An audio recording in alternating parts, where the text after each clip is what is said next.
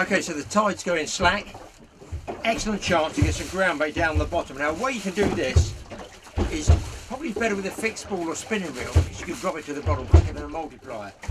You tie a big lead, say pound, pound and a half, onto the end of the line. Nothing else there at all. You get yourself a plastic bag, you cut just a bit of the, say about a third of it in half. You get rid of, basically get rid of the handle, do not throw it over the side. You won't like it when it goes in your pot. Okay, now at the bottom, just there, I'm going to put the lead with a few half hitches there. Just going to tie it on with half hitches. You can use any knot you want, obviously. There we go, get a half hitch around that. A bit slippery. Alright, just pinch like this. See if we get another one around there. So basically the lead is at the bottom. An empty plastic bag is there, just like that. Now what you're going to do is you're going to put all the leftover bits of bait and old rubbish I've got, I'm going to cube it, cut it all up, dice it all up to whatever size fish. Now, if you're going for small fish, you want to dice that really small. Let's say you're going for bream, pouting, anything like that.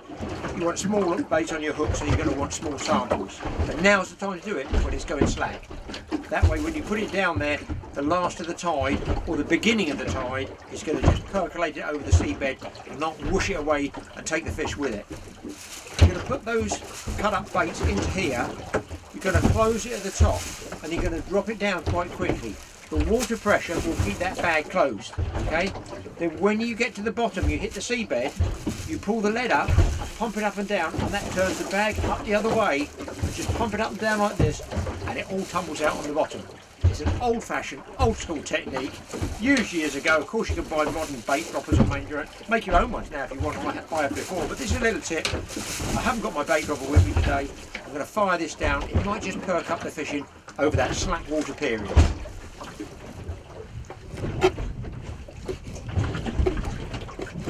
Now I've obviously bought some bait out here as well. As you can see, it's gone pink, so it's been in and out the freezer a few times, but I haven't wasted it. It's going to go down on the seabed in these cubes and hopefully might just perk up the fishing a little bit. Right, I've got it all, you can see the letters, but I've got it all cut up.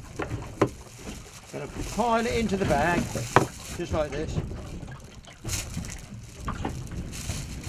Right, and just drop it down over the side. The water pressure will keep that all closed up.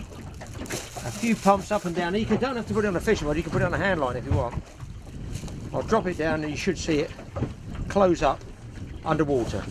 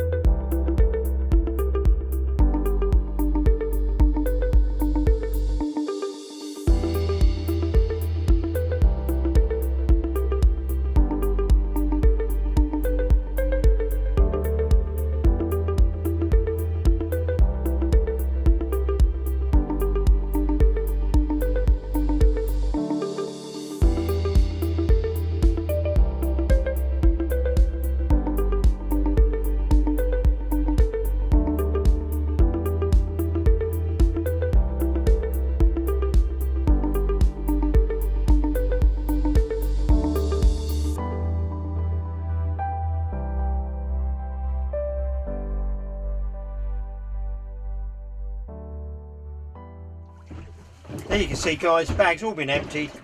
All that chopped up bait has not been wasted. All the leftovers are down there where they can do the most good. I'll fill it up and drop it down again. Well, putting that ground bait down, actually, I feel brought me a bonus fish. It feels like a ray. It's not big, but it could be just a bonus fish at a time when it's going to go slack and quiet. And it is indeed well, it's not a small one. Hey ho, it's a fish at the end of the day that I feel was attracted, he said, waiting for the camera to fall over, was attracted by all that chopped up ground bait I put down. So there you go. A fish I might not otherwise have caught. Great little scrapper. Always watch that loose panel hook at the top when you're grabbing hold of things. Get yourself a pair of pliers, pop the hook out, get it back and get another one. I tell you what, I'm going to put some more ground bait down as well.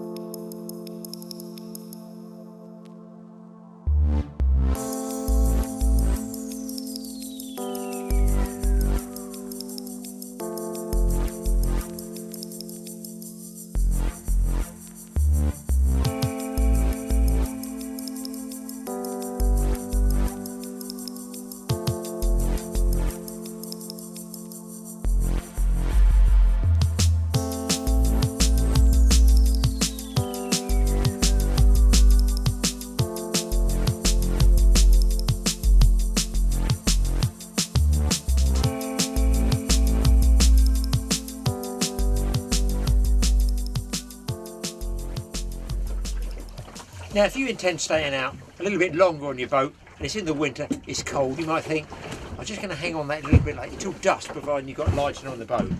You're hungry, might be cold. Why don't you get one of these?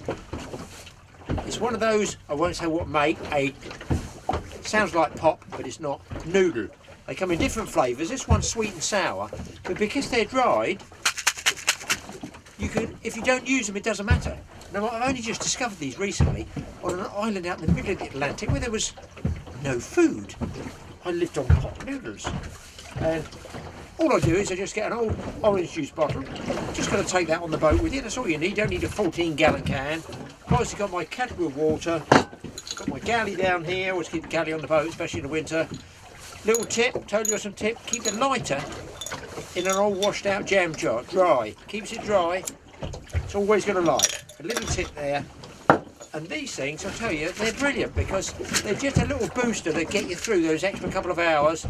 And you know what? Warm you up. You get different flavours. Don't get the Bombay bad boy because you get a Bombay bad bottom sometimes. I do anyway. Anything with a real strong curry. Woohoo! Toot toot. Let's get this one on, and hopefully I don't get a bite to upset me while I'm cooking. Cooking? It's just boiling water. It's dehydrated.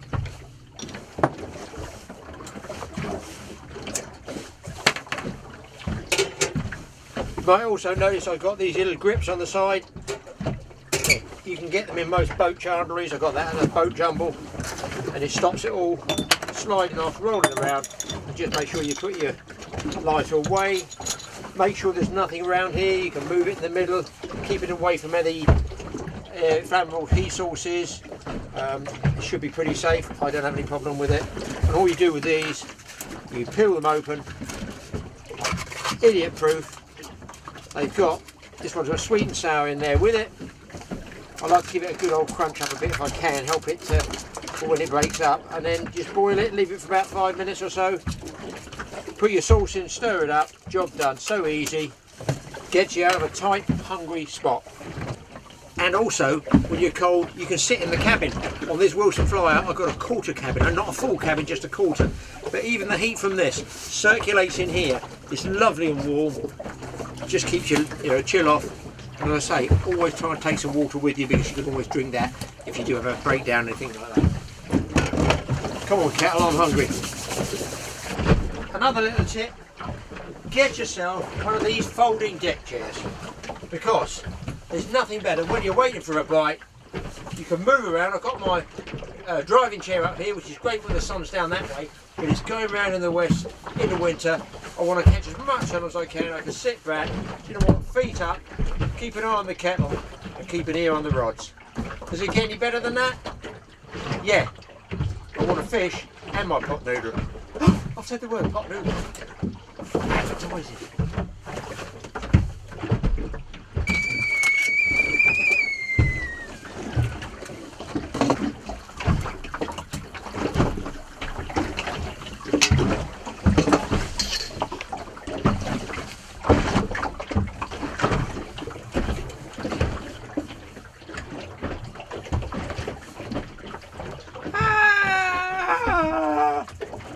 Oh, mummy!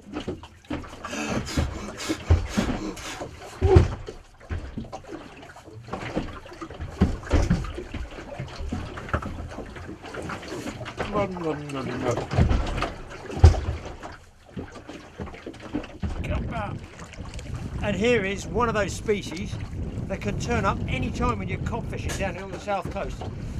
As we mentioned, they're pretty well seabed feeders of cod, but so are a lot of other species. I've got my other line, but I've got a really nice, if I can get him over, well, I'll tell you what, no cod, but I can barely hold it. In fact, I can't. It's slippery. Let me see if I can get him up for the camera for you. A nice, beautifully marked undulate ray there. And by picking up the rod really quickly, the secondary holding hook here, the top panel one, isn't in the fish. The bottom one is. So there we go. I'll just point something out to you people. Oh, it's quite a heavy one, it's not far off, 8 or 10. That mouth does actually extend out. Don't get your fingers caught in there. And I feel their mouth actually comes out more than a normal ray like a thornback, because I think the undulate is a lot more predatory. We've caught them on live fish, legend on the bottom, and sort of half dead fish, so they are very, very predatory. Nice fish to catch. It's not a cod, but listen, I'm not proud. Get it back.